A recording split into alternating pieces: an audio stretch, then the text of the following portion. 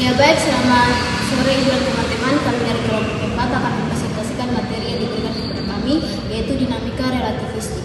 Perkenalkan, nama saya Laita Jenny Meloa dengan NIM 2239807. Nama saya Karen Katompesi dengan NIM 2023980018. Nama saya Lauri Muhammad Desidende dengan NIM 202398021. Nama saya Lenjula Bubar dengan NIM 202398019. Yang pertama, relativitas massa. Jadi kelakuan A sama seperti terlihat dari S sama besar dengan kelakuan B seperti terlihat dari S aksen. Ketika kedua partikel bertumbukan, A memantul dalam arah min Y dengan kelajuan FA, sedangkan B memantul ke arah plus Y dengan kelajuan FB aksen. Di S menemukan bahwa tumbukannya terjadi pada Y sama dengan 1/2 Y, dan pengamat di S aksen menemukan tumbukannya terjadi pada Y aksen sama dengan 1/2 Y. Waktu pulang pergi T0 untuk A diukur dari kerangka S menjadi T0 sama dengan Y per FA, dan untuk B adalah kerangka S aksen adalah T0 sama dengan Y per FB aksen. Tumbukan yang terjadi adalah kekal dalam kerangka S. Maka berlaku MA kali FA sama dengan MB kali FB. Dalam kerangka acuan S, FB didapat dari FB sama dengan Y per T. T sama dengan waktu yang diperlukan B untuk melakukan pulang pergi diukur dari S. Dalam S aksen, perjalanan B memerlukan waktu T0 dengan T sama dengan T0 per akar 1 kurang F kuadrat kurang C kuadrat. Persamaan FB sama dengan Y per T dengan besaran yang sama dinyatakan dalam T0. Kita peroleh FB sama dengan Y akar 1 kurang F kuadrat per C kuadrat per T0 dan FA sama dengan Y per T0. Berdasarkan persamaan MA kali FA sama dengan MB kali FB, dengan memasukkan persamaan FA dan FB, maka diperoleh MA sama dengan MB akar 1 kurang F kuadrat per C kuadrat. Dalam kerangka acuan S di mana MA sama dengan MB dan MA sama dengan M0 dan MB sama dengan M, sehingga persamaan di atas menjadi M sama dengan M0 per akar 1 kurang F kuadrat per C kuadrat atau massa relativistik. Hal yang sama berlaku untuk momentum linear, yaitu P sama dengan P0 per akar 1 kurang F kuadrat per C kuadrat sama dengan M kali V sama dengan M0 kali V per akar 1 kurang F kuadrat per C kuadrat.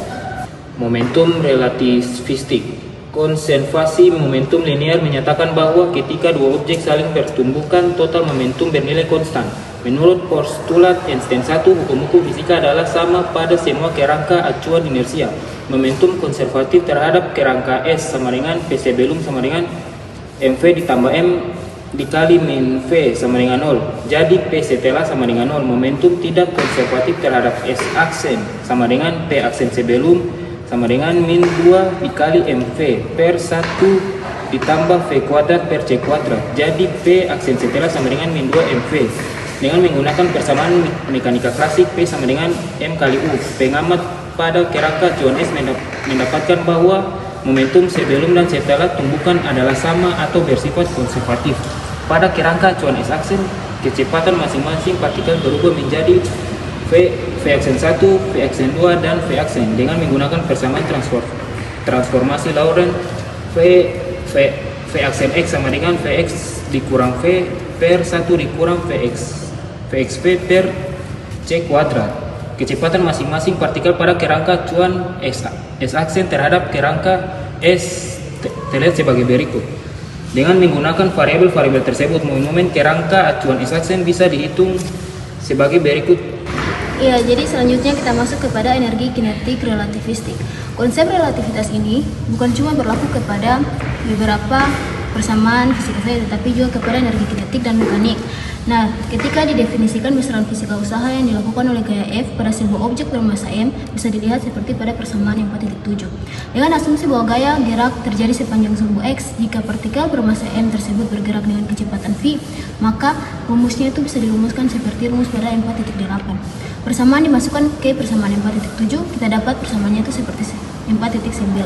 Nah, dari persamaan integral tersebut diperoleh persamaan M4.10 seperti berikut, dan juga maka dapat disimpulkan bahwa usaha sama dengan energi kinetik relativistik itu bisa dirumuskan seperti pada rumus 5 ini. Oke, konstanta gamma mc kuadrat didefinisikan sebagai energi total. Maka E sama dengan P kuadrat C kuadrat tambah mc kuadrat. Hubungan antara E dan gamma mc kuadrat terhadap P sama dengan gamma mu. Maka bisa dirumuskan seperti 4.14. Untuk partikel diam P sama dengan 0 sehingga E sama dengan mc kuadrat. Untuk kondisi khusus pada partikel bermassa M sama dengan 0, maka didapatkan persamaan 4.15. Yang keempat, partikel tak bermassa. Dalam fisika klasik, suatu partikel harus mempunyai massa diam supaya memiliki energi dan momentum. Tetapi dalam mekanisme relatif, hal tersebut tak berlaku. Energi total dan momentum relatif dirumuskan sebagai berikut. E sama dengan M0 kali C kuadrat per akar 1 kurang F kuadrat per C kuadrat. P sama dengan M0 kali V per 1 kurang F kuadrat per C kuadrat. E kuadrat sama dengan M kuadrat 0 kali C kuadrat per 1 kurang F kuadrat per C kuadrat. P kuadrat sama dengan M kuadrat 0 kali F kuadrat per 1 kurang F kuadrat per C kuadrat. Jika digabungkan maka menjadi P kuadrat kali C kuadrat per M kuadrat 0 F kuadrat C kuadrat per 1 per F kuadrat per C kuadrat. Dengan mengurangi P kuadrat C kuadrat dari E kuadrat menghasilkan persamaan sebagai yang terlihat pada kertas ini. Jadi menurut rumus ini, bila ada partikel dengan M0 sama dengan 0, maka hubungan antara energi dan momentum harus diberikan dengan E sama dengan PC atau partikel tak bermassa. Ya teman-teman dan ibu, demikianlah penjelasan singkat dari kelompok kami. Jika ada kesalahan